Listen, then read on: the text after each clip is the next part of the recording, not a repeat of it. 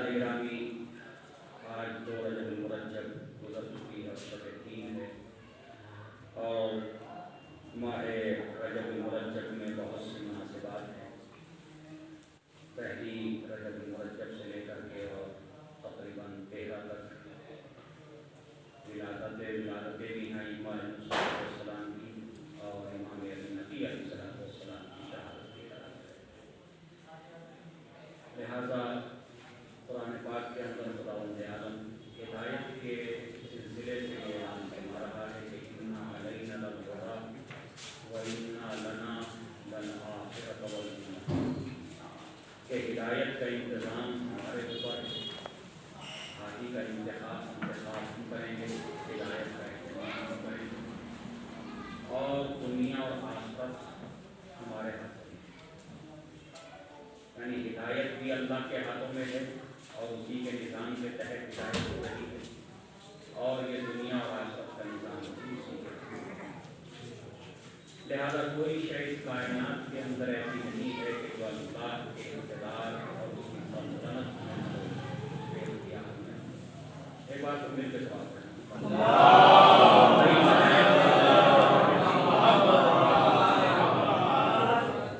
سلامات پڑھ کر کے قریب آ جائیں، ایک بار اور مل کر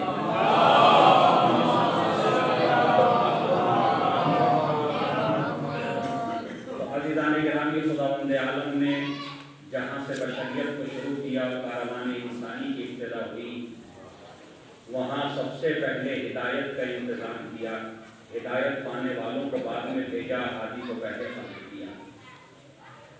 آپ دیکھیں کہ کوئی ہدایت حاصل کرنے والا نہ تھا، لیکن خداوند عالم نے پہلے ہی انسان کو، پہلے ہی بشر کو، ابو البشر جناب آدم علیہ السلام کو یہ کہا کہ انی جاعل فی الارض خلیفہ، کہ میں زمین پر خلیفہ بنانے والا ہوں۔ اب خلیفہ سے مراد کیا؟ خلیفہ یعنی اللہ کا نائب، اللہ کا جانشین۔ تو عزیزان گرامی، خداوند عالم نے ایک لحظے کے لیے بھی بشریت کو بغیر ہدایت کے نہیں رکھا۔ ہو سکتا تھا کہ پہلے ہدایت حاصل کرنے والوں کو بھیج دیتا اور بعد میں ہادی کا انتظام کرتا، لیکن ایسا نہیں کیا، اس لیے کہ اگر ہدایت حاصل کرنے والے پہلے آ جاتے اور ہادی بعد میں آتا تو ان کی زندگی کا کوئی ایک لمحہ بھی اگر بغیر ہدایت کے گزر جاتا، جو گمراہی میں گزرتا، تو پھر انہیں یہ حق تھا اپنے معبود کی بارگاہ میں احتجاج کرنے کا کہ میرے معبود ہمارے لیے کوئی ہادی نہیں تھا، کوئی نمونہ عمل نہیں تھا۔ اس لیے خداوند عالم نے یہ اہتمام فرمایا کہ پہلے ہادی بعد میں ہدایت حاصل کرنے والے۔ تو جب یہ نظام اسلام ہے کہ ہادی کا ہونا ضروری ہے، اور اگر ہدایت حاصل کرنے والے اور ہادی نہ ہو تو اس کا مطلب یہ ہے کہ مصلحت خداوندی اور نظام خداوندی میں خلل واقع ہو جائے گا۔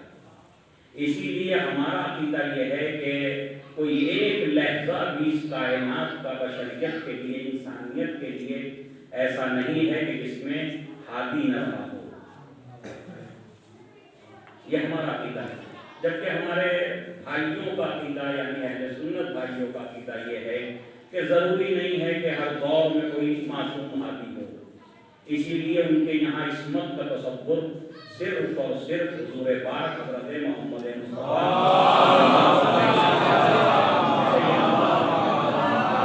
ان کے عقائد کو اگر آپ مطالعہ کریں گے، ان کی فکر کو پڑھیں گے، اہل سنت کی فکر کو پڑھیں گے، دیکھیے علمی گفتگو میں کوئی پریشانی نہیں ہے۔ علمی اور فکری گفتگو اگر آپ کرتے ہیں احترام ہو، ایک دوسرے کے احترام اور ادب کے ساتھ، اخلاق کے ساتھ، تو میں نہیں سمجھتا کہ اس میں کوئی پریشانی کی بات ہے۔ اس لیے کہ جتنا علمی گفتگو اختلافی ہوگی اور اس میں مختلف فکریں سامنے آئیں گی، اتنا ہی جو ہے وہ علم کے ابواب اور زیادہ جو ہے کھلتے چلے جائیں گے۔ تو لہذا علمی گفتگو میں کوئی حد نہیں ہے۔ تو اہل سنت حضرات کا عقیدہ یہ ہے کہ ہمارے نبی کے بعد کوئی معصوم نہیں ہے، آخری نبی کے بعد کوئی معصوم نہیں ہے۔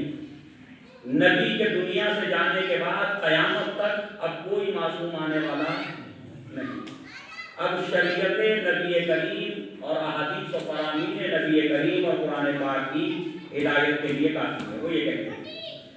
جبکہ وہی شریعت اور وہی سنت رسول اور سیرت رسول کہ جس کو وہ ہدایت کے لیے کافی قرار دے رہے ہیں، یا قرآن پاک صحیح ہے، کافی ہے، بشرطے کہ وہ سمجھانے والا کوئی ہو۔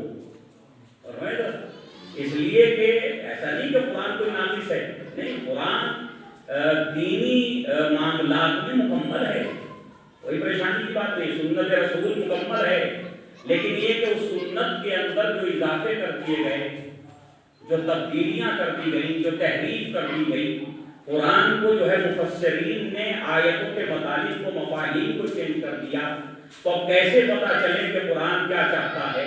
ہر فرقے کے علماء اپنی مصلحت کے تحت قرآن کی تفسیر لکھ رہے، قرآن کے ترجمے کر رہے ہیں۔ یعنی اگر امت مسلمہ میں آپ مختلف فرقوں میں مختلف علماء کے ترجموں کو اٹھا کر کے دیکھیں تو ہر ایک ترجمے میں فرق نظر آئے۔ صلوات پڑھیں محمد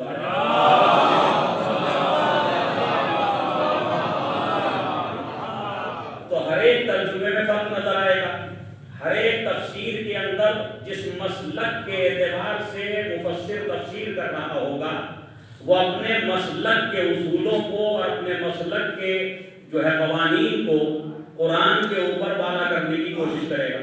تو لہذا کون بتائے کہ قرآن کے حقیقی معنی کیا ہیں، کون سمجھائے کہ سنت رسول یہ کام نبی نے کس لیے کیا، اس کے پس پردہ کیا مسئلے تھے۔ تو لہذا ضرورت اس بات کی ہے کہ کوئی ایسا ہو کہ جو معصوم ہو اور اللہ کی طرف سے ہدایت کے لیے قرار دیا گیا ہو، اور جو کما حق جانتا ہو کہ قرآن کی آیات کا مطلب کیا ہے۔ لہذا یہ ہمارا عقیدہ ہے کہ معصوم کا ہونا ضروری ہے، اور اسی عقیدے کے تحت جہاں نبوت و رسالت کا خاتمہ ہوا ہمارے نبی پر، تو نبوت و رسالت ایک منصب تھا، منصب کا خاتمہ ہوا لیکن ہدایت کا خاتمہ نہیں ہوا۔ اور ہدایت کے جو اور منصب ہیں، منصب نبوت بھی ہدایت کے لیے ہے، منصب رسالت بھی ہدایت کے لیے ہے، اور اس کے بعد منصب امامت بھی ہدایت کے لیے ہے۔ تو رسالت و نبوت کا ضرور خاتمہ ہوا ہے، اس منصب کا خاتمہ ہوا ہے، لیکن ہدایت کا خاتمہ نہیں ہوا، بلکہ منصب نبوت اور رسالت کو تبدیل کر کے امامت سے تعبیر کیا گیا، کیونکہ اب اللہ کے پیغامات میں کوئی پیغام ایسا نہ تھا کہ جو اس روح زمین پہ بھیجا جاتا، بلکہ اب انہی پیغامات کو کہ جو قلب رسول پہ نازل ہو چکے تھے، اسی وحی کو اور اسی شریعت کو، اسی دین کو باقی رکھنا تھا۔ تو اب کسی رسول کی ضرورت نہ تھی، بلکہ اب ایسے افراد کی ضرورت تھی جو سنت رسول کو بھی باقی رکھیں، شریعت کو بھی باقی رکھیں، دین الہی کو بھی باقی رکھیں، اور قرآن کے حقائق کو بھی باقی رکھیں۔ صلاۃ محمد علیہ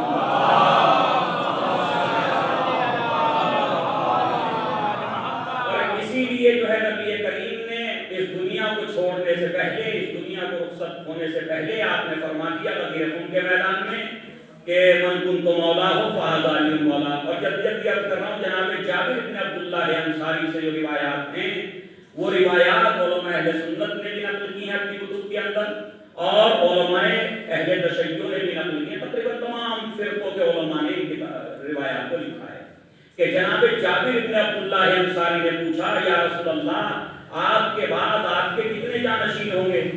اچھا تعداد کے حوالے سے اگر گفتگو کی جائے تو صحیح بخاری میں بھی موجود ہے روایات، صحیح مسلم میں بھی موجود ہے روایات، صحاح ستہ میں موجود ہیں، اہل سنت کی معتبر اور صحیح کتابوں کے اندر موجود ہیں کہ نبی کریم نے فرمایا کہ خلفائی 12 کہ میرے 12 خلیفہ ہوں گے۔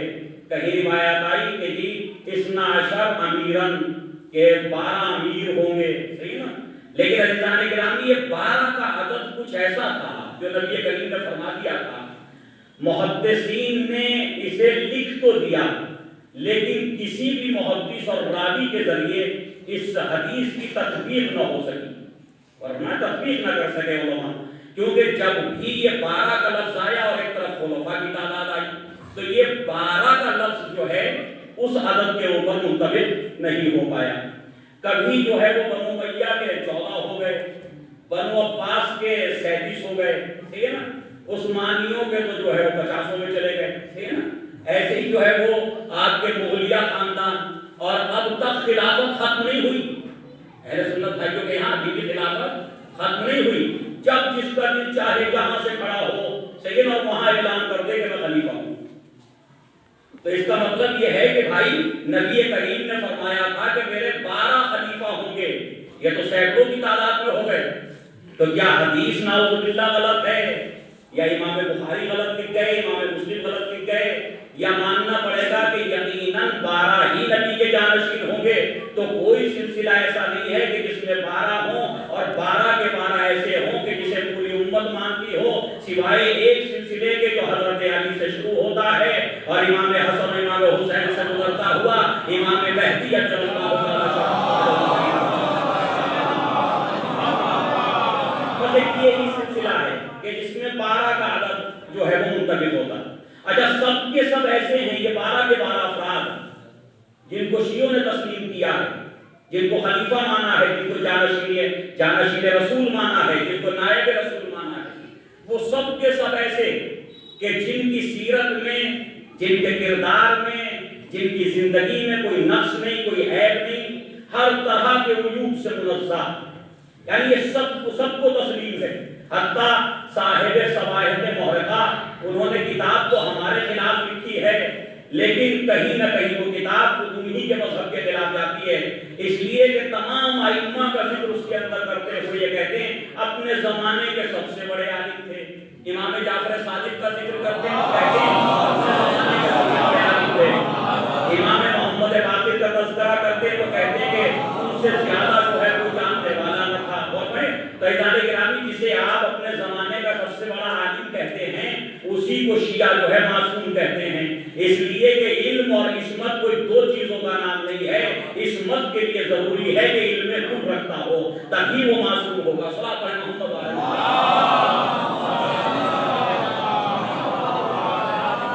اچھا دیکھیے یہ 12 کا سلسلہ جو میں ذکر کر رہا ہوں، اس سلسلے میں بس یہ ایک بات عرض کر کے اور میں امام علی نقی علیہ السلام کا تذکرہ کرنا ہے۔ یہ جو 12 کا سلسلہ ہے اس میں ایک کتاب ہے علامہ وحید الزمان صاحب، وحید الزمان خان، یہ جو ہے انہوں نے تقریباً 6 صحیح کتابوں میں سے 5 کی شرح لکھی ہے، ترجمہ کیا اور 5 کی شرح لکھی۔ بخاری کی بھی شرح کی ہے، مسلم کی بھی کی ہے، سنن ابن ابی داؤد، سنن ابن ماجہ، سنن نسائی، ان سب کی شرح لکھی انہوں نے۔ لیکن جب بھی یہ 12 خلفاء والی حدیث آئی ہے جس میں عدد کا بیان ہے، وہ بڑے جو ہے وہ متذبذب سے نظر آتے ہیں، بڑے مشکوک نظر آتے ہیں۔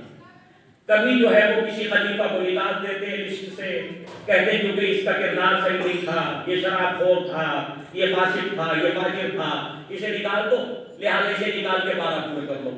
کہیں جو ہے کسی خلیفہ کو داخل کرتے ہیں کہ ان کو داخل کر کے یہ 12 کا عدد ہو جائے گا، اور ہر کتاب میں اپنا نظریہ بدلتے جاتے ہیں۔ جب جہاں کیونکہ ساری کتابوں میں حدیث ہے یہ، تو جب بھی جس کتاب کی شرح لکھ رہے ہیں تو نظریہ چینج ہوتا جاتا ہے۔ پھر آخر میں جب کوئی ان سے کوئی نتیجہ نہ مل سکا اس روایت کے لیے اور تطبیق نہ ہو سکی، تو آخر میں انہوں نے ایک کتاب لکھی المہدی، صحیح ہے نا، جو حدیث سے متعلق ہے۔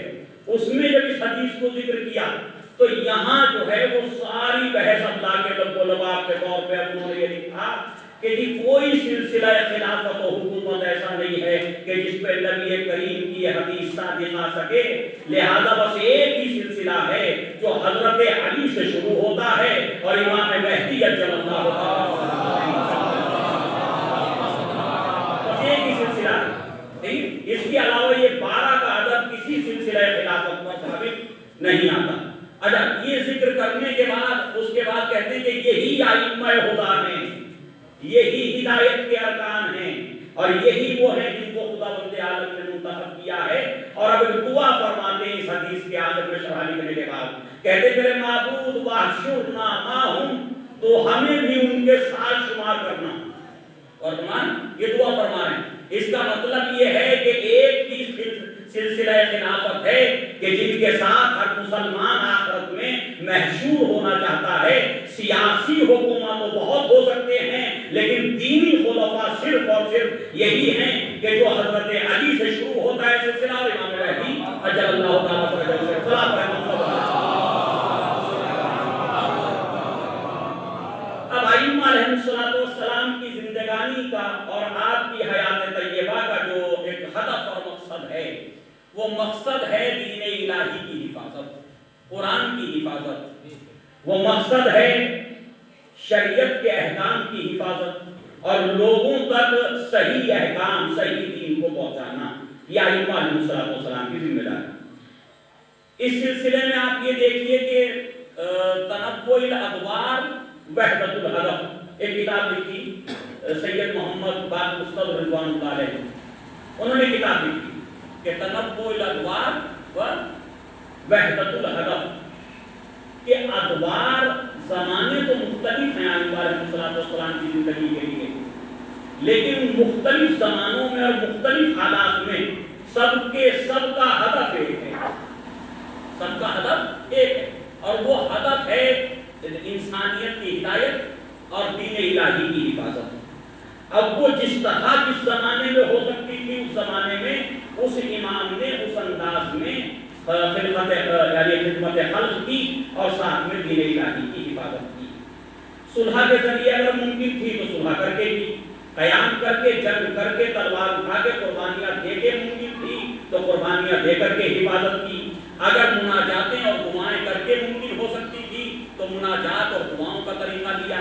اگر مدرسہ قائم کر کے ممکن تھی تو امام محمد باقر علیہ السلام نے سب سے پہلا مدرسہ قائم کیا، اور جو مدرسہ بعد میں امام صادق علیہ السلام کے سامنے آیا، اور امام کے شاگردوں کی تعداد تقریباً 4000 تک پہنچ گئی، اور 4000 تک پہنچ گئی۔ اس کے بعد امام موسی کاظم علیہ السلام، اس کے بعد امام رضا علیہ السلام، مامون کے دربار میں سینکڑوں مناظرات ہیں کہ جو دین اور قرآن اور سیرت رسول، سنت رسول کے متعلق جو ہیں امام رضا علیہ السلام کے ساتھ بہت سے حکماء اور بہت سے علماء کے ساتھ ہوئے، وہ آپ کے سامنے ہیں۔ اور پھر امام محمد تقی علیہ السلام اور دنیا اور وہ حکومتیں کہ جو اہل بیت کی دشمنی میں گزری ہیں اور اہل بیت سے دشمنی رکھتی تھی، انہوں نے بھی آپ کے علمی کارناموں کو قبول کیا۔ امام محمد تقی علیہ السلام کے مناظرات جو مامون رشید کے دربار میں ہیں، حتیٰ 8 یا 9 سال کی عمر میں مامون رشید جو خلیفہ عباسی تھا، اس نے اپنی بیٹی کی شادی جو ہے وہ امام محمد تقی علیہ السلام سے فرمائی، جبکہ وہاں بڑے بڑے علماء، مشہور زمانہ علماء، یحییٰ ابن اقصم جیسا عالم بھی موجود تھا، لیکن امام کے ساتھ اب تو فرمایا، اور وہ سب کچھ جو اشکالات اور اعتراضات اس کے اوپر ہوئے، اس کے جواب بھی امام محمد تقی علیہ السلام نے دیے۔ تو لیکن غور کیجیے، یہاں سے اصل میں ایک مسئلہ یہ بھی آیا کہ جب امام محمد تقی علیہ السلام کے عقد میں جو ہے وہ ایک بار صلاۃ پڑھیں محمد مامون کی بیٹی آئی، مامون رشید کی بیٹی آئی ہے عقد میں، تو بہت سے علماء نے لکھا کیونکہ یہ روایات مشہور ہو چکی تھی کہ نبی کریم نے فرمایا کہ حسین کی اولاد سے، ذریت امام حسین سے امام مہدی اجل اللہ تعالی فرجہ شریف جو اس دنیا کو اسی طرح تو انصاف سے بھر دیں گے جس طرح یہ ظلم و جور سے بھری ہوگی۔ تو کیونکہ یہ روایات اتنی فیمس اور اتنی مشہور ہو چکی تھی کہ بنو عباس بھی جانتے تھے کہ آخری حکومت امام مہدی اجل اللہ تعالیٰ فرجہ شریف کی ہوگی، اور شیعہ عقیدے کے مطابق امام محمد تقی علیہ السلام جو ہے وہ سلسلہ امامت کی نبی بنی تھے، تو کوئی بہت فاصلہ باقی نہیں تھا، اور کوئی بہت بڑا فاصلہ آگے باقی نہیں تھا۔ بھئی 3 نسلیں، 2 نسلیں آنی ہیں، اور تیسری نسل میں اس انسان کو اس دنیا میں ظاہر ہونا ہے، اس انسان کو اس دنیا میں آنا ہے کہ جو اس روئے زمین پہ حکومتیں ابدی کرنے والا ہے۔ وہ ایک الگ مسئلہ ہے کہ امام کے حکومت اور قیام کا فلسفہ لوگوں کو معلوم نہیں تھا کہ وہ غیبت کبریٰ ہوگی اور غیبت صغریٰ ہوگی، وہ سارے سلسلے شاید ان کے ذہنوں میں نہیں تھے۔ اس لیے بنو عباس نے یہ کوشش کی کہ کیوں نہ اسی حکومت کو دوام ملے، اور امام مہدی اجل اللہ تعالیٰ فرجہ شریف جب تشریف لائیں تو وہ کہیں نہ کہیں ہماری قرابت سے تشریف لائیں، لہذا امام محمد تقی علیہ السلام سے اپنی بیٹی کا عقد فرما دیا۔ لیکن طول تاریخ میں جب کسی کے دل میں یہ خواہش پیدا ہوئی، اور کیجیے جب کسی کے دل میں یہ خواہش پیدا ہوئی کہ ذریت رسول اور نسل رسول ہمارے ذریعے آگے بڑھے، وہاں خداوند عالم نے ان عورتوں کو جو ہے وہ بے اولاد رکھا کہ جن عورتوں کے دل میں نسل رسول کو آگے بڑھانے کی خواہش تھی۔ صلاۃ محمد علیہ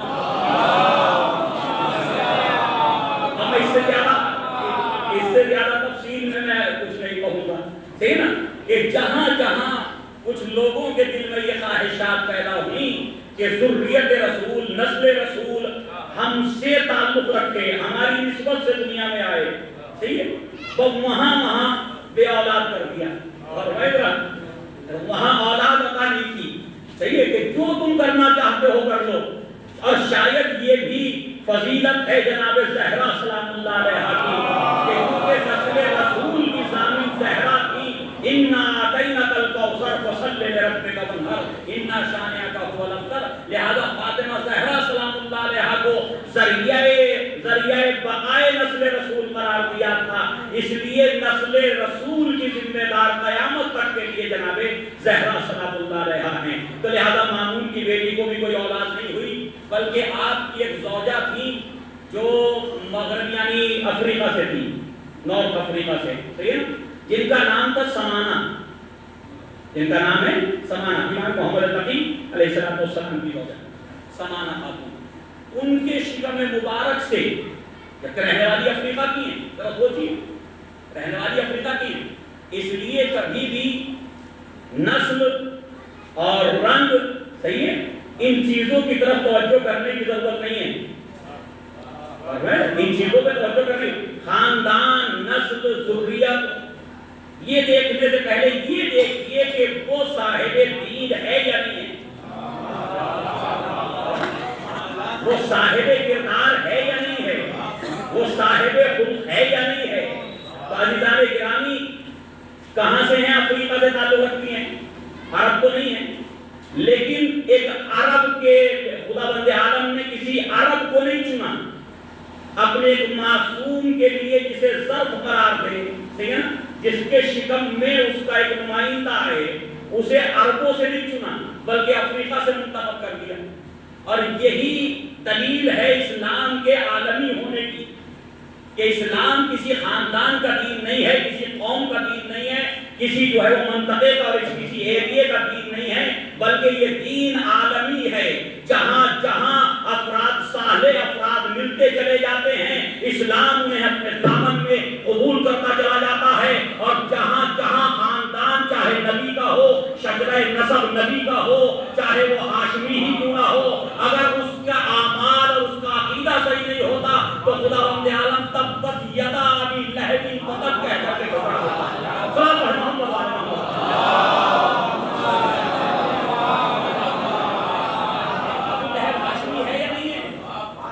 ابو لہب تو ہاشمی ہے نا، جی، قرآن نے ہاشمی کو جو ہے وہ پوسنا دے دیا، صحیح ہے، اسے برا بھلا کہہ دیا، جی، اور جو بلال جیسے لوگ، سلمان فارسی جیسے لوگ، صحیح ہے، جن کا کوئی تعلق جو ہے وہ سلسلہ نسب رسول سے نہیں ہے، شجرہ رسول سے نہیں ہے، انہیں ہاشمی سے نہیں ہے، ان کو اسلام نے تقوی کی بنیاد پہ جو ہے وہ منزلت عطا کی کہ شاید عربوں کو بھی نہ مل سکے، خود عرب کو نہ مل سکی۔ تو لہذا یہ تفرقہ مٹانے کی کوشش کیجیے کہ خالی خاندانوں پہ نظر نہ رکھیے، خاندان ہو سکتا بہت اچھا ہو، صحیح ہے، پرانی جو ہے وہ بڑی کہ وہ ہڈی دیکھتے ہیں، صحیح ہے، سمجھ رہے ہیں؟ آج مجھے بتائیے کہ جب اسلام سے پہلے جو لوگ کفر میں گزر گئے تو ان کی ہڈیاں اگر دیکھی جاتی، بلال کی ہڈی اگر دیکھی جاتی، تو بھائی یہ تو پہلی نسل کے مسلمان ہیں، جی، یہ تو پہلی نسل کے مسلمان فارسی، ان کے آباء و اجداد میں تو کوئی مسلمان نہ تھا، تو پہلے ہی مسلمان ہیں، تو بھائی پورا خاندان دیکھنے کی ضرورت نہیں ہے، ہو سکتا کوئی بڑے خاندان سے تعلق رکھتا ہو لیکن خود اسلام میں نہ ہو، خود مسلمان نہ ہو، خود دین پہ عمل کرنے والا نہ ہو، اور ہو سکتا کوئی کافروں کے خاندان سے تعلق رکھتا ہو لیکن خود دیندار ہو، تو آباء و اجداد کا کفر اس کے دین پہ اثر نہیں کرتا۔ صلاۃ محمد علیہ محمد۔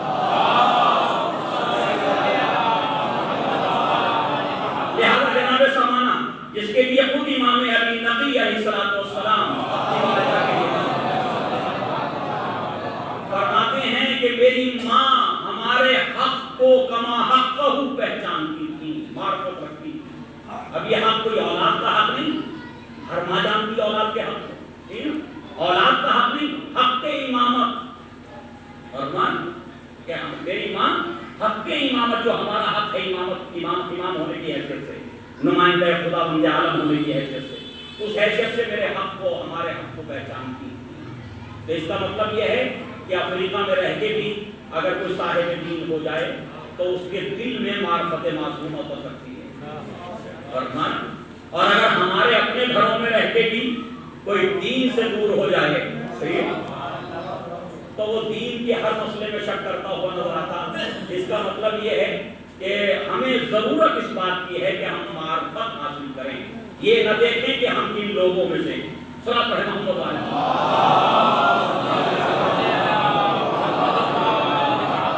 لہذا آپ کی ولادت و سعادت جو ہے وہ امام علی نقی علیہ السلام ہمارے 10ویں امام، آپ کی ولادت و سعادت 15 ذی الحجہ لکھی۔ دیکھیے میں کیونکہ عربی کتابوں کا مطالعہ کرتا ہوں، ہو سکتا ہے کہ ہمارے اردو کیلنڈر میں کچھ اور تاریخ لکھی گئی ہو۔ اچھا ہمارے یہاں جو منائی جاتی ہے وہ شاید 5 رجب المرجب منائی جاتی ہے، صحیح نا؟ ہندوستان پاکستان کے اندر 5 رجب المرجب کو آپ کی ولادت و سعادت۔ لیکن عرب علماء نے، ابھی میں عربی کتابیں دیکھ رہا تھا آنے سے پہلے، منبر پہ آنے سے پہلے ایک مرتبہ جو ہے اپنے تصدیق کے لیے کہ کیا صحیح ہے کیا غلط ہے، شیخ طوسی، شیخ کلینی، شیخ مفید، شیخ تبرسی، ان سب حضرات نے، اور ابن کثیر نے، اسیر جو اہل سنت کا عالم ہے، اس نے بھی یہ لکھا کہ 15 ذی الحجہ آپ کی ولادت و سعادت، 15 ذی الحجہ۔ لیکن یہ کہ دو روایتیں دونوں مشہور ہیں، ایک عربوں میں مشہور ہے اور ایک ہمارے یہاں مشہور ہے۔ میں یہ نہیں کہنا چاہ رہا کہ جی آپ کو 5 والی چھوڑ کے 15 پہ آ جائیں گے، ایسا نہیں ہے، جو روایت جہاں ہے اسی کے اعتبار سے۔ لیکن میری ذمہ داری بنتی ہے کہ اپنے نوجوانوں کو، اپنے بچوں کو یہ بتاؤں کہ عربوں میں آپ کی ولادت و سعادت 15 ذی الحجہ منائی جاتی ہے اور ہمارے یہاں 5 رجب المرجب منائی جاتی ہے۔ لیکن اگر یہ دونوں تاریخوں میں اگر ہم منانے لگیں تو اور زیادہ بہتر ہو جائے گا۔ جیسے ہم نے جناب زہرا سلام اللہ علیہا کی شہادت کیا ہے اہتمام، ہم نے دونوں تاریخوں کا اہتمام کیا، چاہے وہ 13 جمادی الاولیٰ ہو اور چاہے وہ 3 جمادی ثانیہ ہو، تو ہم نے دونوں میں اہتمام کیا، دونوں میں مجالس رکھی، دونوں میں جو ہے وہ فرش اعلیٰ بچھایا، دونوں میں ذکر جناب زہرا سلام اللہ علیہا ہوا، اور اس سے مومنین کو فائدہ ہی ہوا کہ سال میں ایک مرتبہ جناب زہرا کے نام پہ جو ہے وہ ہم فرش اعلیٰ بچھاتے، اب 2 مرتبہ بچھا رہے ہیں، تو زیادہ سے زیادہ جناب زہرا سلام اللہ علیہا کی سیرت لوگوں تک، مومنین تک اور کلیسا زہرا تک پہنچے گی۔ صلاۃ پڑھیں محمد علیہ۔ تو 5 رجب المرجب یا 15 ذی الحجہ، 15 ذی الحجہ، جو بھی روایت ہو، بہرحال جو بھی صحیح ہو، یا ہو سکتا ہے کہ دونوں ہی روایتیں جو ہیں وہ کسی وجہ سے نقل ہوئی ہوں، بہرحال تو یہ 2 روایتیں ہمارے پاس موجود ہیں۔ 212 ہجری، ابھی میں بیٹھا ہوا پڑھ رہا تھا تو ناظر بھائی بھی دیکھ رہے تھے نیٹ پہ کچھ، تو انہوں نے کہا مولانا اس میں 214 ہجری لکھا ہوا۔ دیکھیے یہ ہے، یہ سب چیزیں اختلافی ہیں، ارے اچھی چیز ہے۔ 214 ہجری یا 200 عرب علماء نے لکھا 212 ہجری، لیکن جیسا کہ انہوں نے فرمایا کہ 214 لکھا اس کے اندر، چلیے یہ بھی ایک پتہ چلا کہ 214 کی روایت ہے، 212 ہجری کی روایت ہے۔ 212 ہجری سے اگر ہم اپنے امام کی عمر مبارک کو جو ہے وہ حساب کریں تو تقریباً 41 سال ہوتی، 41 سال کچھ مہینے۔ جی صلاۃ محمد علیہ۔ اور 14 سے کریں تو پھر وہ 39 سال کچھ مہینے ہو جائے گی، یہ 40 سال کے قریب، صحیح 40 سال کے قریب ہوگی۔ تو بہرحال اب آپ کی ولادت و سعادت ایک ایسے قریے میں ہوئی، یہ علماء لکھ رہے ہیں، عرب علماء، پتہ نہیں اردو میں یہ روایت ہے یا نہیں، ایک ایسے قریے میں ہوئی جو قریہ، جو بستی، جو دیہات، جو گاؤں امام موسی کاظم علیہ السلام نے بسایا۔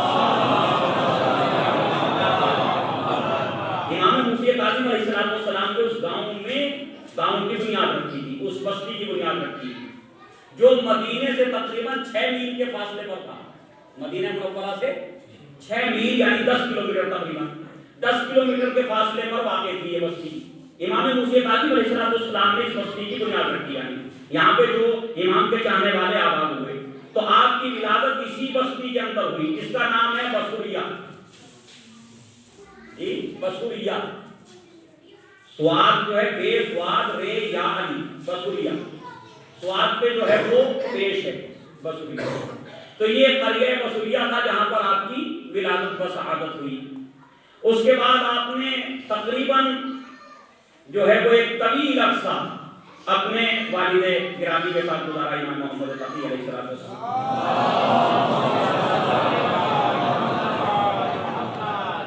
اور جس وقت امام محمد تقی علیہ السلام کی شہادت واقع ہوئی، اس کے بعد 34 سال آپ کی امامت ظاہری کا وقت ہے۔ کتنا؟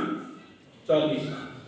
تقریباً 6 خلفائے بنو عباس کا زمانہ آپ نے دیکھا، 6 خلیفہ گزرے بنو عباس، اور آخری خلیفہ جو تھا بنو عباس کا، جس کا نام تھا معتز باللہ، اس نے جو ہے وہ آپ کو زہر کھلایا۔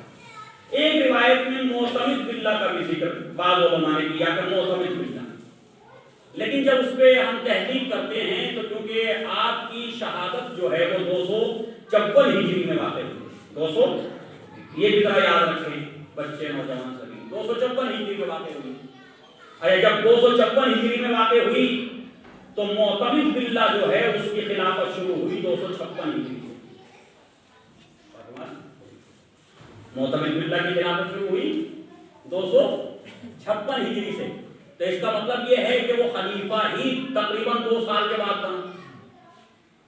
اب ایک طریقہ علماء نے لکھا ہے، اور وہ یہ کہ پھر کیسے ممکن ہے دونوں روایات کو جمع کیسے کیا جائے، کہ ایک روایت کہتی ہے کہ آپ کو معتز باللہ نے زہر دلوایا، دوسری روایت کہتی ہے کہ معتمد باللہ نے زہر دلوایا، دونوں عباسی خلیفہ ہیں۔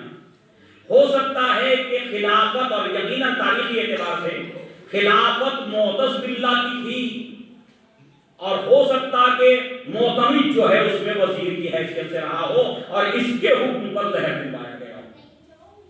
تو یہ کہا جا سکتا ہے کہ معتمد نے زہر دلوایا، صحیح ہے نا؟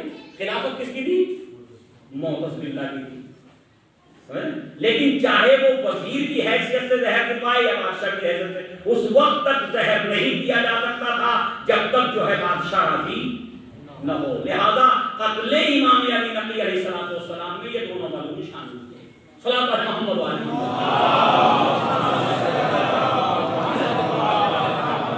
عزیزان گرامی، امام علی نقی علیہ السلام کے القاب میں وہ بھی ذرا سا جلدی سے ذکر کر دوں۔ القاب آپ کے زکی اور نقی، مرتضی، نجیب، یہ آپ کے القاب ہیں، اور بھی بہت سے القاب ہیں۔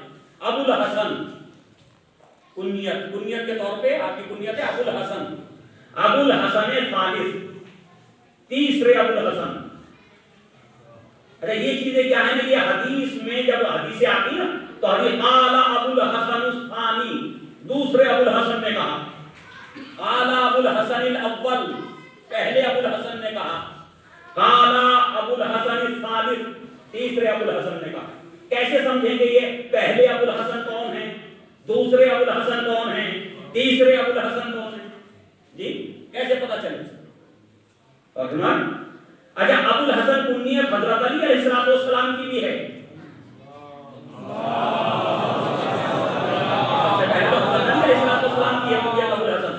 لیکن جب حدیثوں کی کتابوں میں آپ کو ابو الحسن ملے گا تو اس سے مراد حضرت علی علیہ السلام نہیں ہے۔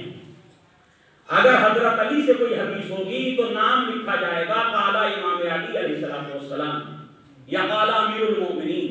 امیر المومنین ایسا لقب ہے حضرت علی علیہ السلام جو کسی اور امام کے لیے بھی نہیں استعمال کر سکتے، اور دوسرے امام کے لیے استعمال باقی القاب کر سکتے ہیں، لیکن یہ امیر المومنین کا جو لقب ہے یہ مخصوص ہے ذات گرامی حضرت علی علیہ السلام۔ اس کا استعمال تو لفظ امیر المومنین آئے گا تو وہاں سمجھ میں آتا حضرت علی سے روایت ہے، یا آپ کا نام آئے گا تو سمجھ میں آتا حضرت علی سے روایت روایت ہے. لیکن اگر آیا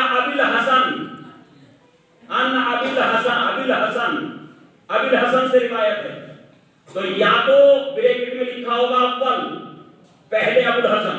وہ کون ہیں؟ اس کی کنیت ہے امام موسی کاظم علیہ السلام کی کنیت ہے ابو الحسن. یعنی حدیث کی کتابوں میں روایات کی کتابوں میں سب سے پہلے ابو الحسن ہے کون؟ امام موسی کاظم علیہ السلام. دوسرے ابو الحسن ثانی کون ہیں؟ امام علی رضا علیہ السلام ہمارے آخری امام. صحیح ہے. یہ میں اس لیے عرض کر رہا ہوں کہ اب یہ کتابوں کے ترجمے ہو کر کے آ رہے ہیں, ہمارے نوجوان پڑھتے ہیں تو سمجھ میں نہیں آتا کہ یہ کون سے معصوم سے روایت ہے. صحیح نا. بس وہاں اتنا لکھا ان ابو الحسن سے روایت ہے, امام ابو الحسن نے فرمایا. تو یہ ابو الحسن کون ہے؟ اگر اس میں پہلے ہیں تو امام موسی کاظم, اگر ابو الحسن ثانی لکھا ہے تو امام علی رضا علیہ السلام. ابو الحسن اخیر یا ابو الحسن ثالث, اس کے بعد کوئی اور ابو الحسن نہیں آئی علیہ السلام میں. تین ہی ابو الحسن ہیں کنیت کے اعتبار سے. تو لہذا ابو الحسن ثالث یعنی امام علی نقی علیہ السلام. صلاۃ محمد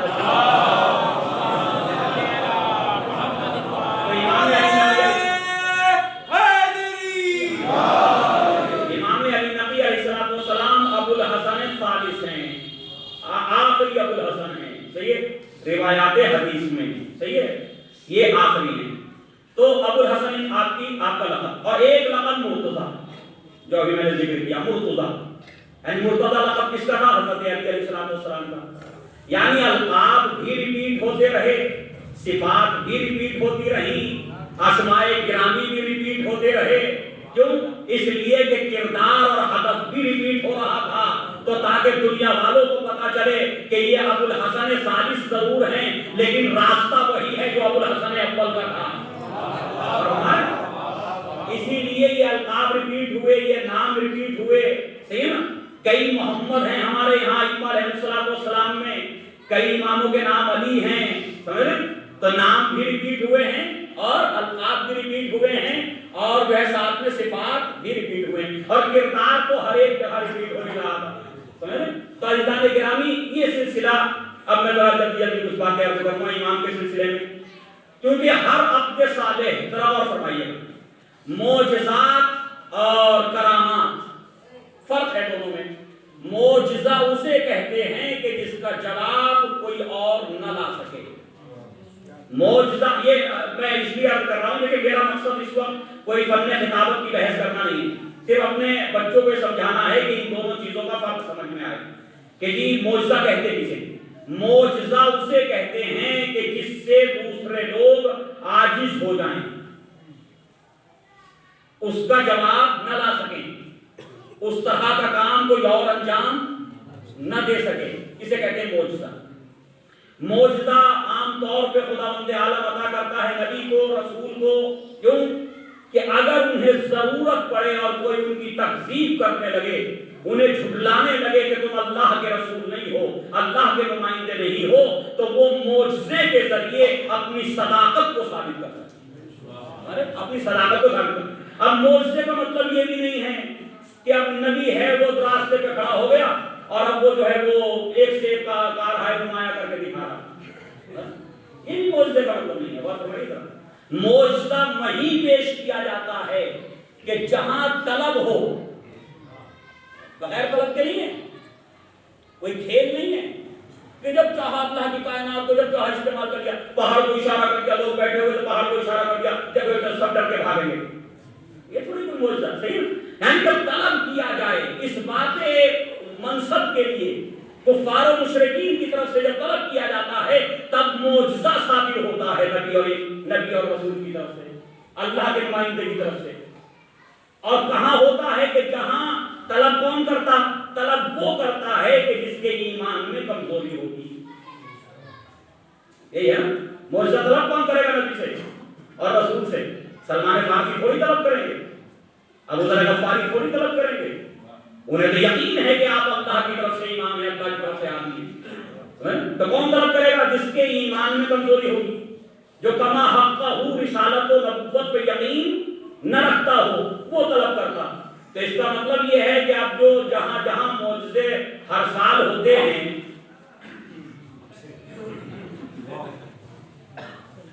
بڑا کریز ہے یہ صرف فلاں جگہ معجزہ ہو گیا، تو اگر یہ ہر سال محرم میں اور محرم کے علاوہ عام دنوں میں معجزے ہو رہے ہیں تو سوچنے کی ضرورت ضرور ہے کہ جہاں ہوا ہے وہاں یقیناً گمراہی ہے، وہاں کوئی شک ہے،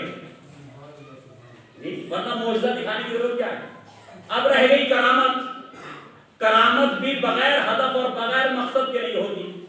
اچھا کرامت میں جو ہے وہ صالح بندے بھی شامل ہیں، کرامت صالح بندوں سے بھی ہو جاتی ہے، نیک بندوں سے بھی کرامت ظاہر ہو جاتی ہے۔ کیوں؟ اس لیے کہ حدیث قدسی میں خداوند عالم یہ ارشاد فرماتا، نبی کریم نے فرمایا کہ خدا یہ ارشاد فرماتا ہے کہ تم اپنے کانوں کو میرے کلام سے مخصوص کر لو، تم اپنی زبان کو میرے کلام سے اور میری گفتگو سے مخصوص کر لو، تو تم بولو گے تم اپنی زبان سے، لیکن وہ تمہاری زبان سے نکلے گا جو میں چاہوں گا۔ تم سنو گے اپنے کانوں سے، لیکن وہی سنو گے جو میں چاہوں گا۔ صحیح نا؟ تو عزیزان گرامی، اب یہ کرامت مومنین سے بھی ظاہر ہوتی، صالح بندوں سے بھی ظاہر ہوتی، نیک اور متقی افراد سے بھی ظاہر ہوتی، علماء کرام سے بھی جو ہے وہ ظاہر ہو سکتی ہے۔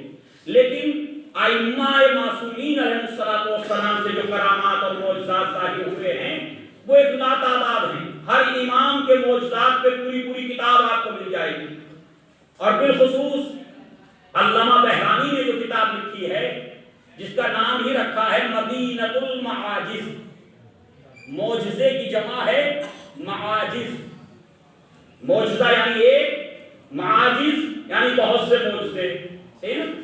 تو اس کا نام رکھا مدینۃ المعاجز، یعنی جس میں ائمہ علیہ السلام کے معجزوں کا ذکر کیا، یعنی معجزوں کا شہر، اس کتاب کا نام رکھا۔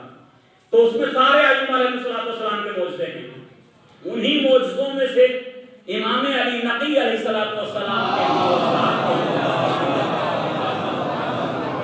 تقریباً علماء نے جو ہے وہ 100 کرامتیں امام علی نقی علیہ السلام کی نقل فرمائی اپنی کتابوں میں، اور یہ نقل کرنے والے خالی شیعہ نہیں ہیں، شیعہ علماء نہیں ہیں، حتی علماء اہل سنت میں بھی، خطیب بغدادی کو دیکھ لیجئے، شبلنجی کو دیکھ لیجئے، اس کے علاوہ ابن اثیر کو دیکھ لیجئے، ابن کثیر کو دیکھ لیجئے، ان سب نے امام علی نقی علیہ السلام کی کرامات اور آپ کے معجزات کا ذکر کیا۔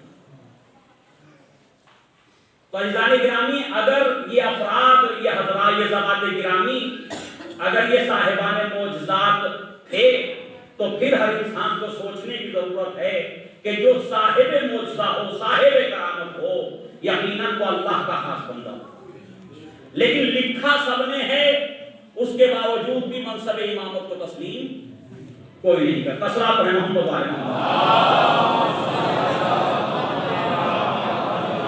تو امام علی نقی علیہ السلام کی کرامات بہت ہیں، 100 کا تقریباً ذکر ہے کتابوں کے اندر، ان میں سے کچھ میں آپ کے سامنے عرض کر رہا ہوں۔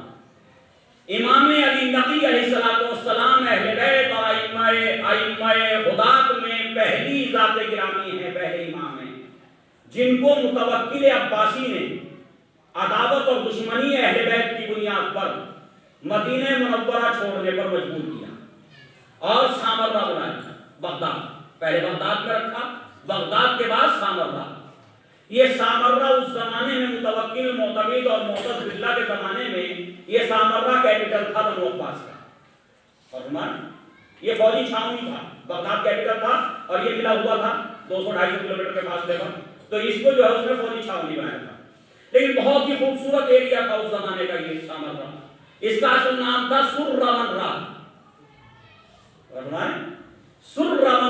سرمنرا خوش ہو گیا جس نے دیکھا، تو یہ ایک سب کو شاداب ایریا کا نام، تو اس کا نام تھا سرمنرا، خوش ہو گیا جس نے اس جگہ کو دیکھا۔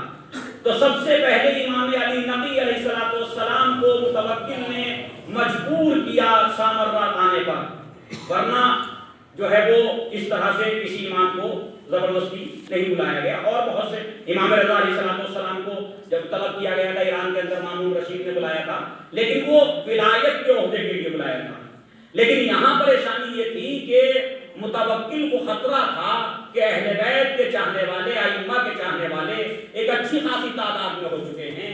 حتیٰ یہ جو امام کا زمانہ، امام کا دور ہے، اس زمانے میں ایران، یمن، عراق اور اس کے علاوہ اطراف کی بہت سی جگہوں پر تشیع پھیل رہی تھی، تشیع کا انتشار، ہر جگہ تشیع کا دور. اس لیے انہیں خطرہ تھا کہ کہیں ایسا نہ ہو کہ مدینے میں رہ کر کے امام کے قریب لوگ آئیں اور امام کوئی جو ہے وہ فوج اکٹھی کر لے یا کسی طرح کا لشکر تیار کر لے یا اپنے حق کے لیے کھڑے ہو جائیں. یہ سب جانتے تھے کہ یہاں ہمارا نہیں ہے، یہ اہل بیت علیہ السلام کا ہے. لہذا اس خطرے کے تحت اس نے خط لکھا، فرزند رسول آپ سامرہ تشریف لے آئیے. اور وہ یہ چاہتا تھا کہ یہ میری نظارت، میری آنکھوں کے سامنے رہیں، میری حکومت کے سامنے رہیں، تاکہ کسی طرح کی حکومت کے خلاف کوئی ایکٹیویٹی نہ کرے. اس کا جو مقصد تھا وہ یہ تھا. لہذا امام کو طلب کیا اور امام کو بلانے کے لیے ہرثمہ، یحییٰ ابن ہرثمہ کی قیادت میں 300 افراد بھیجے، تاکہ مدینے والوں پہ یہ ظاہر نہ ہو کہ جبرن امام کو میں بلا رہا ہوں، بلکہ تم جاؤ استقبال کرتے ہوئے ادب و احترام کے ساتھ، پوری تعظیم کے ساتھ امام کو سامنے لے کر کے آؤ. لہذا 300 افراد یحییٰ ابن ہرثمہ کی قیادت میں لیے. جب یہ مدینے کے لیے چلے یحییٰ ابن ہرثمہ کی قیادت میں، تو یحییٰ ابن ہرثمہ خود اہل حدیث سے تعلق رکھتا تھا. اہل حدیث جو فرقہ تھا یہ اس زمانے میں وجود میں آ چکا تھا. ورنہ اس کو جو ہے وہ حشویہ کا نام دیا گیا تھا، بعد میں اہل حدیث کہلایا. پہلے یہ حشویہ کہلاتے تھے. صلاۃ پڑھیں محمد علیہ محمد. تو حشویہ کا نام دیا گیا تھا، بعد میں یہ اہل حدیث، یہی لوگ، یہی فرقہ اہل حدیث کہلایا. یحییٰ ابن ہرثمہ قائد کے طور پر تھا اور کچھ فوجی، 300 فوجی آئے تھے. تو یحییٰ ابن ہرثمہ کہتا کہ میں نے وہ کرامات امام علی نقی علیہ السلام کی ذات گرامی میں دیکھی کہ جو میں نے اپنے زمانے میں کسی میں نہیں دیکھی. جبکہ وہ امام کا معتقد نہیں تھا، امام کے چاہنے والا نہیں تھا، محبان اہل بیت میں سے نہیں تھا، امام سے کوئی تعلق یحییٰ ابن ہرثمہ کا نہیں تھا. لیکن آج وہی یحییٰ ابن ہرثمہ ابن عیون کے نام سے بعض علماء کہتے ہیں انہی کی قبر ہے وہ جو امام رضا علیہ السلام کے قریب ادھر نیشاپور میں جو یحییٰ جی ایک بار سلام پڑھیں محمد علیہ. ابھی جو قبر ہے ایران کے اندر وہ اسی راوی کی ہے، اسی راوی کی ہے. انہی کو وہ جو ہے وہ کہا گیا ہرثمہ ابن عیون. صحیح ہے. تو بہرحال یحییٰ ابن ہرثمہ جو ہے اسے بھیجا. تو 300 آدمیوں کو لے کے جب مدینے پہنچا تو راستے میں جو گفتگو ہوئی، 10 دن کا سفر تھا بغداد سے مدینے کا، عراق سے مدینے کا، جیسا کہ روایت میں ہے. اب مجھے نہیں معلوم کہ واقعی کتنے دن کا، لیکن 10 دن لکھنا کہ 10 دن کا سفر تھا تقریباً. تو 10 دن کے سفر کو طے کرتے ہوئے گفتگو تو ہوگی، کہیں جمع ہوں گے، دسترخوان پہ بیٹھیں گے، کہیں آرام کریں گے، یہ سب کچھ ہوگا. ان میں ایک خارجی بھی تھا، اس 300 آدمیوں میں ایک خارجی، وہ خود ہی لکھتے ہیں، وہ خود ہی انہی کی روایت ہے یہ یحییٰ ابن ہرثمہ کی، کہ ہمارے ساتھ ایک خوارج میں سے بھی تھا اور ہمارے ساتھ ایک شیعوں میں سے بھی تھا جو مائل تھا اہل بیت علیہ السلام کی طرف. ایک روز گفتگو ہو رہی تھی اور گفتگو اس لیے بھی کرنا ہوتی تھی کہ تاکہ وقت گزر جائے. تو گفتگو ہو رہی تھی، مناظرہ ہوا کرتا تھا اس خارجی اور امام کے چاہنے والے شیعہ کے درمیان. ارے مناظرے ہمیشہ شیعوں کے ساتھ ہوئی، کیونکہ شیعوں کے عقیدے مسلمانوں کی سمجھ میں نہیں آئے کہ یہ معصوم کیسے ہیں، یا آپ کے امام کیا فرما رہے ہیں، یہ نبی نے یہ کیسے کہا، یہ سب جو ہے وہ ان کی سمجھ میں آج تک یہ سلسلہ نہیں آیا. تو وہ کہتا کہ یہ جو کاتب تھا وہ شیعہ تھا، جو کہ کتابت کا کام کرتا تھا، منشی تھا دربار میں، وہ شیعہ تھا اور وہ بھی ہمارے ساتھ تھا، ایک خارجی ہمارے ساتھ تھا.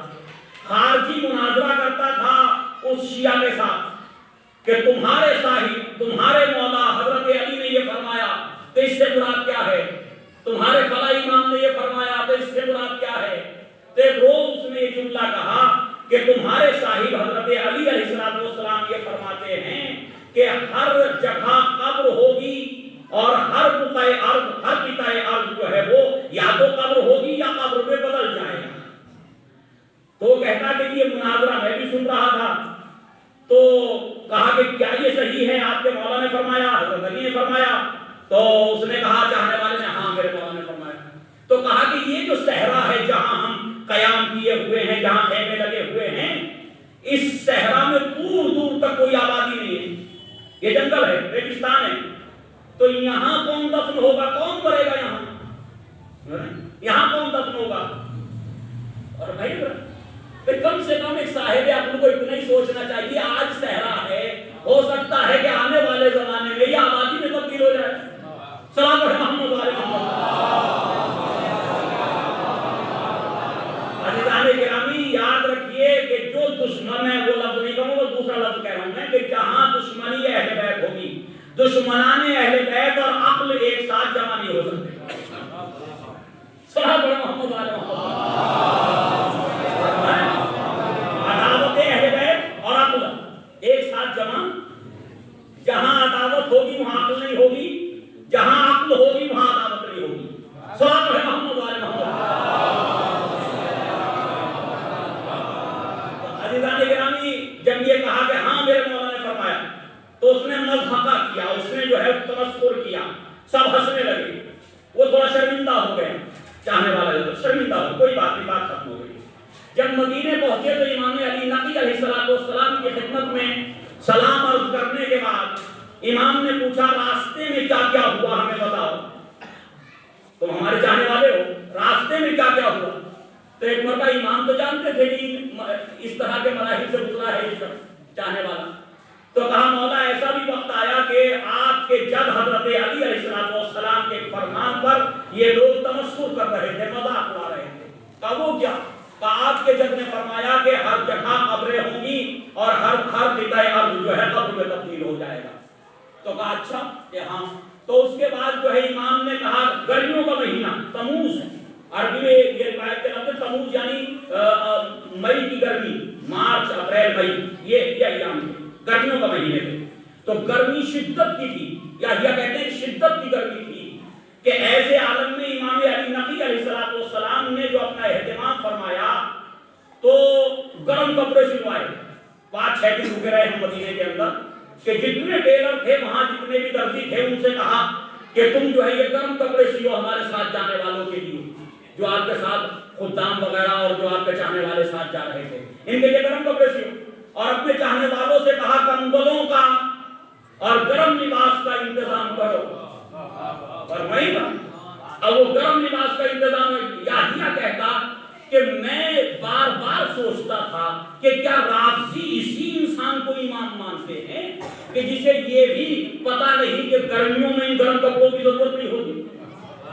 اور یہ بھی نہیں کہ بہت قریب کوئی موسم سرما آنے والا ہے، ایسا بھی نہیں ہے، کیونکہ ابھی 2-3 مہینے گرمیوں کے، شدت کی گرمیوں کے، تو یہ گرم کپڑوں کی ضرورت کیا ہے، یہ کمبل اور لحاف اور ان چیزوں کی ضرورت کیا ہے، کہ اچھا خاصی تعداد میں امام نے وہ سلوائے۔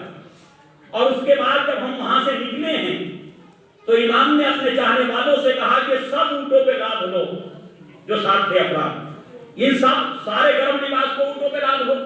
اور جب یہ قافلہ اسی صحرا میں پہنچا، جب یہ قافلہ اسی صحرا میں پہنچا اور ہم نے اسی جنگل میں اسی جگہ پہ قیام کیا جہاں یہ گفتگو ہوئی تھی، تو اچانک سے بادل آنے لگے، اور ہمارا اچانک سے بادل آنے لگے، بادل آئے اور بہت تیز بارش ہوئی، اور اس بارش کی وجہ سے اتنی سردی بڑھ گئی کہ لوگ جو ہے وہ کانپنے لگے، اور کسی پہ کوئی گرم کپڑا موجود نہیں تھا۔ امام نے اپنے چاہنے والوں کو سب کو گرم کپڑے جو وہاں سے لے کر کے آئے تو گرم کپڑے دی کہ لو اس کے اندر یہ اپنی حفاظت کرو، اور یحییٰ کہتا کہ 80 آدمی اس سردی سے، اتنی سردی میں چینج ہو گیا موسم کہ 80 آدمی اسی صحرا میں دنیا سے چلے گئے، 80 افراد دنیا سے چلے گئے، کہ امام میرے قریب آئے، پھر دوبارہ موسم صحیح ہو گیا، ایک رات گزرنے کے بعد امام میرے قریب آئے، آنے کے بعد کہا یحییٰ جاؤ اپنے چاہنے والوں کو جو باقی ہیں انہیں لے کر کے جاؤ اور ان سب کو اس صحرا میں دفن کر دو جو مر چکے ہیں، ان سب کو اس صحرا میں دفن کر دو جو مر چکے ہیں۔ ایک مرتبہ جب دفن کر رہے تو یحییٰ کہتا مجھے وہ ساری گفتگو جو شیعہ تھا اور ایک خارجی کے درمیان ہو رہی تھی اب یاد آ رہی تھی. اور ایک مرتبہ وہ کاتب جو شیعہ کا آگے بڑھنے کے بعد کہا کہ میرے مولا نے خارجی صحیح فرمایا تھا کہ کوئی زمین کا حصہ ایسا نہیں ہوگا کہ جہاں قبریں موجود نہ ہوں.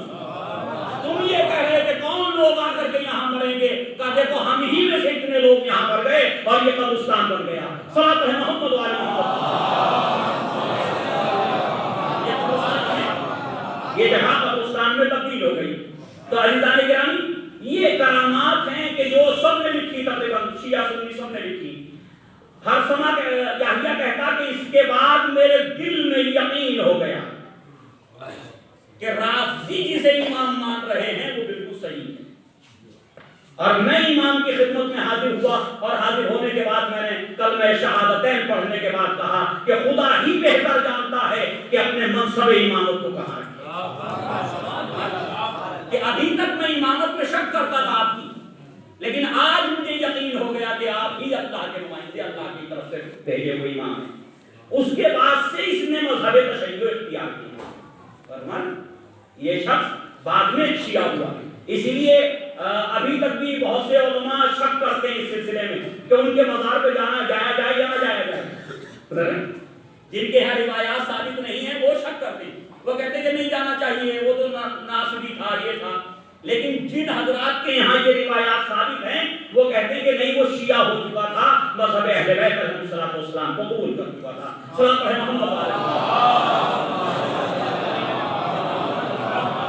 اور علم امامت جس کو اللہ منتخب کرتا ہے اسے علم دے کر کے بھیجتا ہے.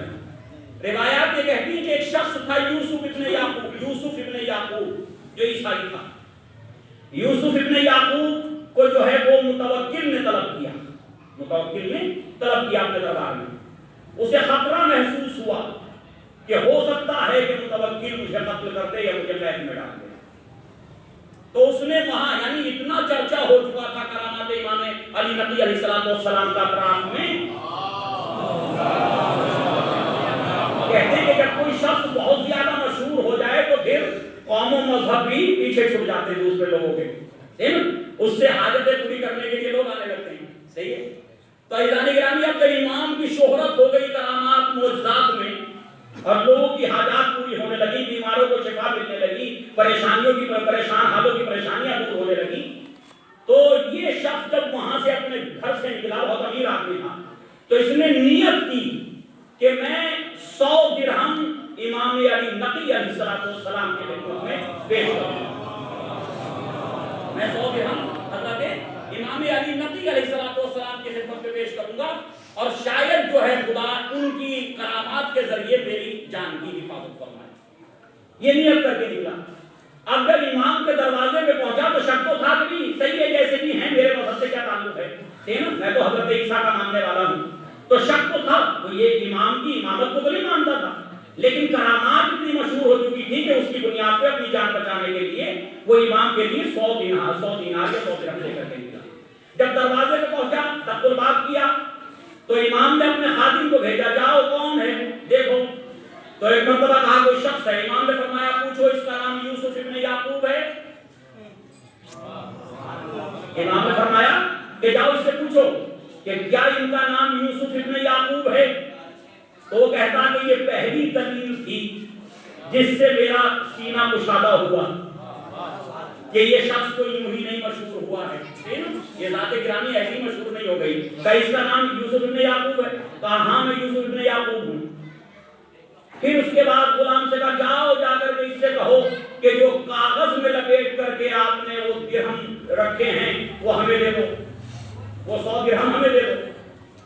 تو کہتا کہ جب یہ مجھ سے کہا گیا کہ کوئی نہیں جانتا, میں جانتا تھا. تو میرے استعجاب اور میری حیرت میں اور اضافہ ہوا. پھر امام نے مجھے طلب کیا جو رسم سلام و دعا جو بھی ہوگی وہ ادا کرنے کے بعد میں امام کی خدمت میں تشریف بیٹھ گیا. تو امام نے مجھ سے کہا کہ اب تمہیں یقین ہو گیا کہ ہم امام ہیں یا ابھی بھی شک ہے. تو کہنے لگا نہیں یقین تو ہو گیا. کہا پھر اسلام کیوں نہیں لاتے, پھر تم اسلام کیوں نہیں لاتے. لیکن بہت سے افراد ایسے متاثر ہوتے ہیں اپنے دین کے ساتھ کہ حقائق کے واضح ہونے کے بعد بھی وہ دین کو اپنانا, دوسرے دین کو اپنانا نہیں چاہتے. اس نے کہا کہ نہیں یہ میرے اختیار نہیں، میں ایمان نہیں لا سکتا. کہا کہ تم ایمان نہ لاؤ لیکن تمہارا بیٹا انشاءاللہ مسلمان ہوگا. پھر آخر میں اس کا بیٹا مسلمان ہوا. باپ کی وفات کے بعد جو امام علی نقی علیہ السلام کے شاگردوں میں رہا، امام کے صحابہ میں رہا. صلاۃ پڑھیں محمد.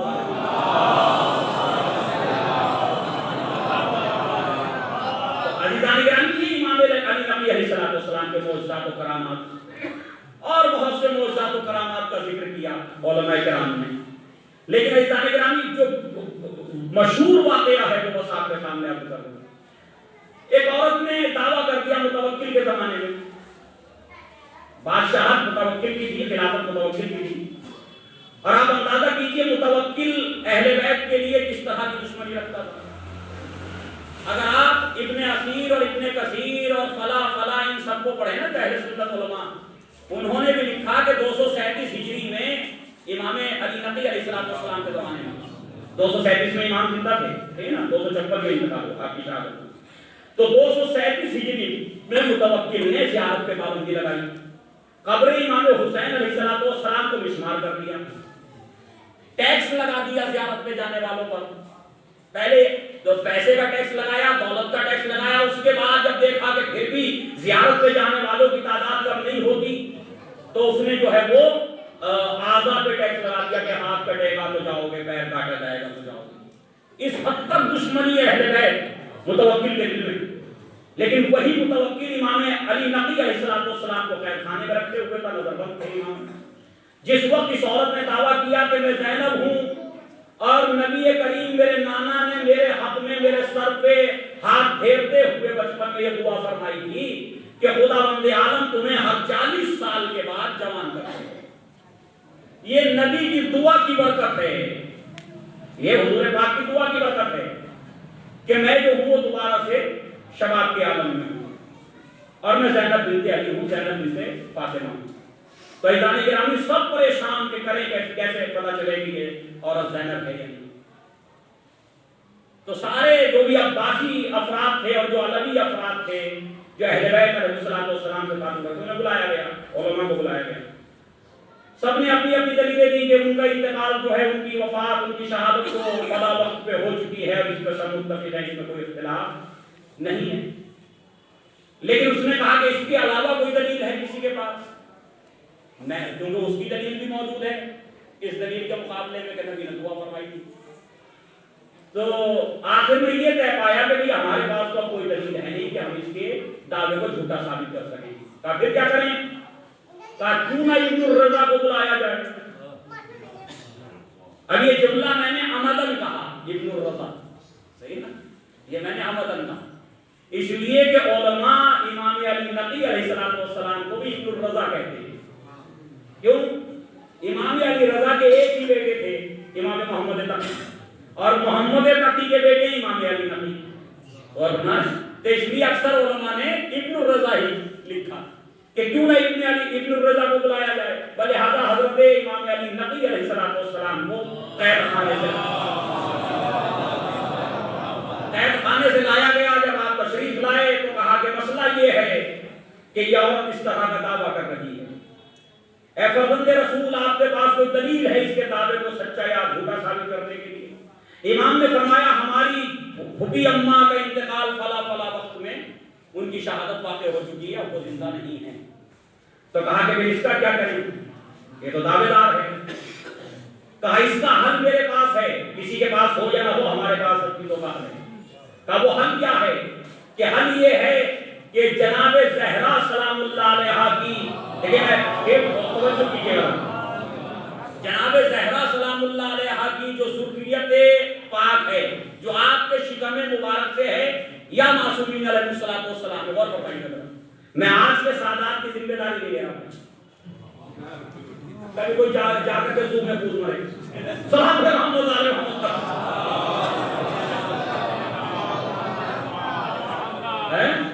اور یہ بھی نہیں کہا جا سکتا کہ وہ سید نہیں بن گیا ہوگا، بھائی شعر کو کھائی دے گا.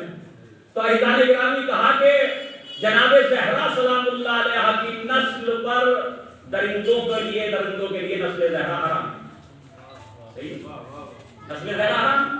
اس عورت سے کہو کہ یہ شیروں کے سامنے جائے جو آپ کے شیر کے اندر رکھے ہوئے آپ نے جانور جو ہے درندے ہیں ان کے سامنے جائے. اگر اس کے ساتھ کچھ نہ کیا اور یہ زندہ رہی تو اس کا مطلب یہ زینب بنت علی.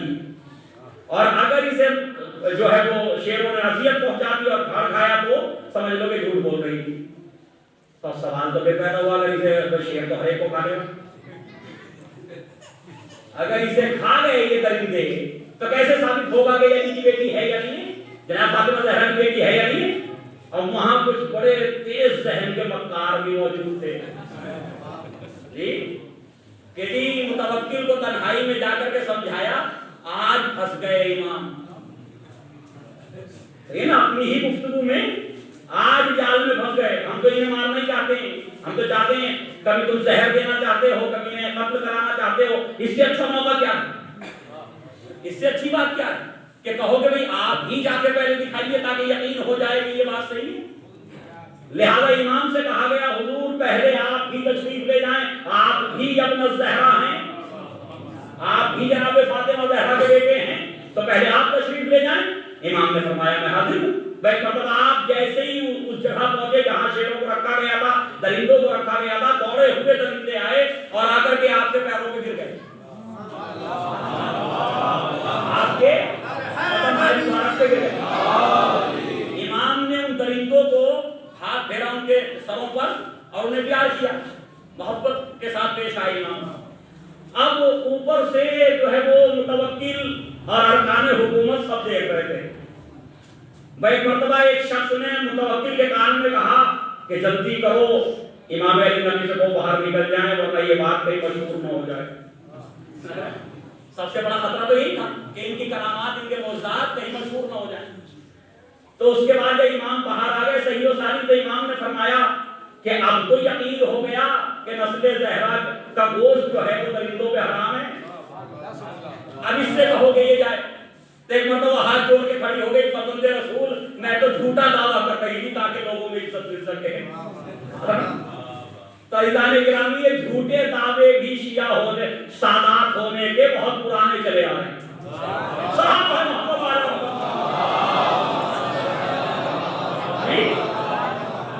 یعنی لوگوں نے امام معصوم کے زمانے میں جھوٹے دعوے شیعہ ہو سید ہونے کے کر دیے. اور بھائی امام کے زمانے, اب تو امام غائب ہیں, اب تو چاہے جو کہتے ہیں سلام پڑھیں محمد علیہ محمد. حضرت علی علیہ السلام اس سلسلے میں شاید کسی کو یاد آ جائے اور یہ اپنے مولا کے قول پہ کی کوئی اطاعت کر لے.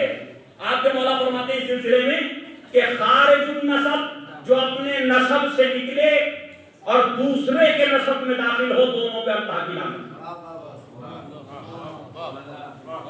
دونوں پہ اللہ کی لعنت. کیوں کہ وہ تہمت لگا رہا ہے دوسرے کے اوپر کہ میں اس کا بیٹا ہوں. اور اگر یہ تہمت ائمہ معصومین پہ لگائی جائے تو عذاب کتنا بڑا ہوگا. بھائی ائمہ پہ تہمت لگائی جائے کہ زیدی نہ ہوتے ہوئے وہ کہے امام زین العابدین کی اولاد میں ہوں, اور بھائی امام صادق کی اولاد سے نہ ہوتے ہوئے کہے میں امام صادق کی اولاد میں ہوں, امام علی رضا کی اولاد میں نہ ہوتے ہوئے وہ رضا بھی لکھے, نقوی لکھے, تقوی لکھے. صحیح نا. تو جب عام تہمت کیا اتنا بڑا گناہ ہے تو معصومین پہ تہمت لگانا کتنا بڑا گناہ ہے. صلی اللہ محمد علیہ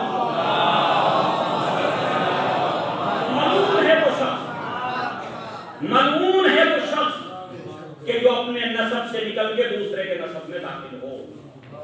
ایک جگہ میں موجود تھا اور بہت ہی محترم ہمارے بہت ماشاءاللہ نیک اور متقی ایک شخص ہیں, اب میں نام نہیں لوں گا.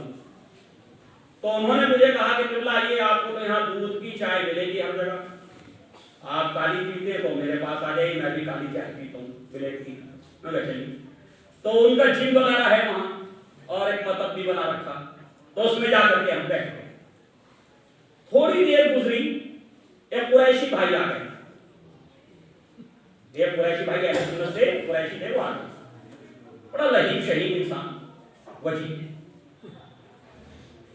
تو انہوں نے میرا تعارف کرایا، یہ مولانا ہے جو ہمارے یہاں اس وقت مجالس پڑھے، تو خیر وہ کہنے لگے بہت اچھا ہے اور بہت اچھی گفتگو ایک ہو گئے جو ہونا تھا، رسم آداب و سلام۔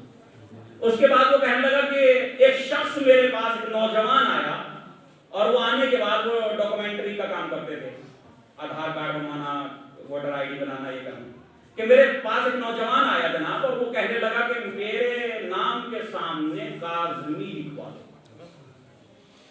کاظمی لکھ دو۔ تو میں نے اس سے کہا بھی اگر تمہارے ابو کاظمی تھے، تمہارے چچا کاظمی ہیں، صحیح ہے، تو میں تمہارے نام کے سامنے بھی پہلے ہی لکھا جاتا، تم کیوں چاہتے ہو کاظمی لکھوانا؟ کہا نہیں ہم سید ہیں، ہم سید۔ تو میں نے کہا فلاں صاحب کے ان کا حوالہ دیا جو تھے وہاں، کہ میں نے آپ کا حوالہ دیا کہ ان کے پاس جاؤ اور ان سے لکھوا لاؤ، اگر وہ لکھ دیں گے تو میں پہچان پتر میں اور اس میں سب میں شامل کر دوں۔ اصل گفتگو تو اب آئی، ابھی تک تو یہ تمہید تھی ان کی۔ اب وہ کہنے لگے اچھا مولانا ایک سوال ہے، میں نے بتائیے، میں سمجھ گیا کیا سوال ہے، یہ لوگ سید ہونا کیوں چاہتے ہیں؟ اب میں کہ ان کو مالی مسائل میں الجھانے سے بہتر ہے، کیونکہ یہ غیر آدمی ہے، اصل مسئلہ تو کچھ مالی بھی ہے نا ہمارے یہاں سید ہونے میں، کیونکہ خمس کا ایک حصہ آل رسول آل زہرا کے لیے، تو ہر ایک چاہتا کہ کہیں مصیبت پڑے گی تو کم سے کم ادھر سے تو ہو جائے گا کچھ۔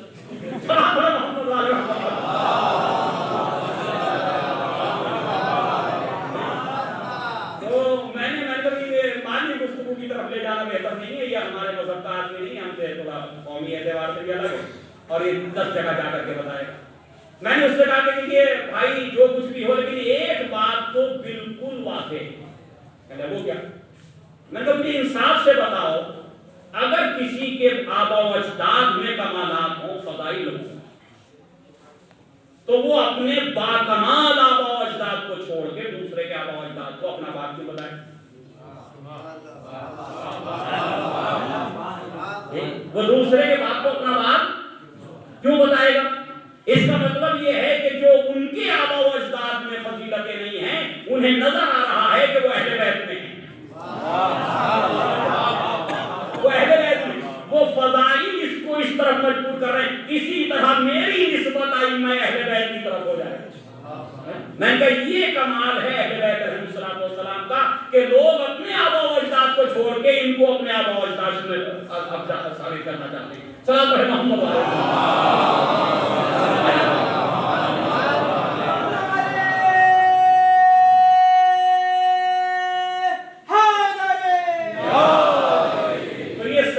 بننے کا سلسلہ بہت قدیم ہے اور یہ بڑھتا ہی جا رہا ہے،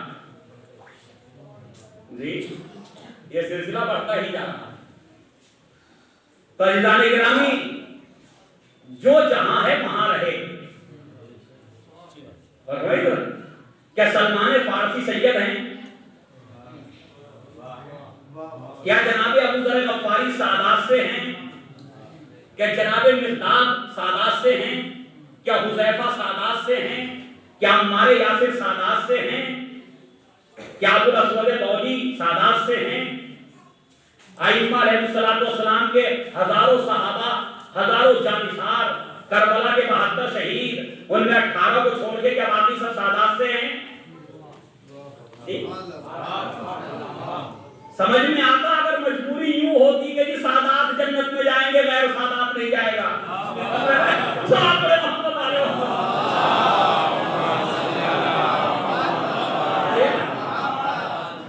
یہ تو مجبوری ہو سکتی تھی کہ اب کیا کریں، جنت میں جانا تو سید بن جائیں۔ لیکن عزیزان گرامی، اگر تعظیم اور احترام کا مسئلہ ہے، تعظیم اور احترام کا مسئلہ، تو ارکان اسلام ہی غیر سادات ہیں علماء میں۔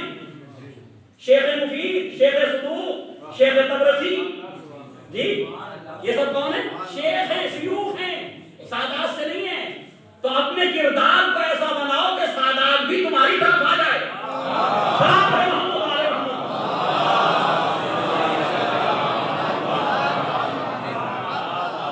اپنے کردار کو ایسا بناؤ، اپنے اخلاق کو ایسا بناؤ کہ تمہارے اخلاق کے سامنے بد اخلاق سید بھی شرمندہ ہو اور اسے سوچنے میں مجبور ہونا پڑے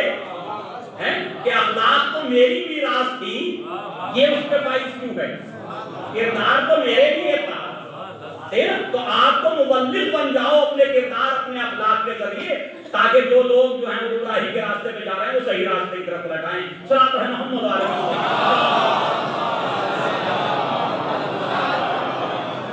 بس عزیزان گرامی، امام علی نقی علیہ الصلوۃ والسلام کو معتز باللہ نے زہر دیا، معتز باللہ نے آپ کو زہر دیا، اور آپ نے وہ زہریلا کھانا جو زہر اس میں ملایا گیا تھا وہ جب آپ نے کھایا تو اس کے بعد آپ کی حالت میں آپ کے بیٹے امام حسن عسکری علیہ السلام تقریباً امام حسن عسکری علیہ السلام کی عمر مبارک اس وقت 22 سال تھی، یعنی عالم شباب میں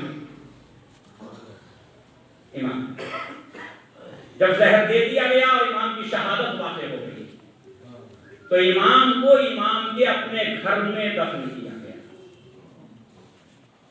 یہ جہاں پہ مزار ہے نا اس وقت امام حسن عسکری علیہ السلام کا، اور وہیں جناب حکیمہ خاتون کی قبر ہے، وہیں امام زمانہ جل اللہ تعالیٰ فرجہ شریف کی والدہ جناب نرجس خاتون کی قبر ہے، اور وہیں امام حسن عسکری علیہ السلام کی قبر ہے۔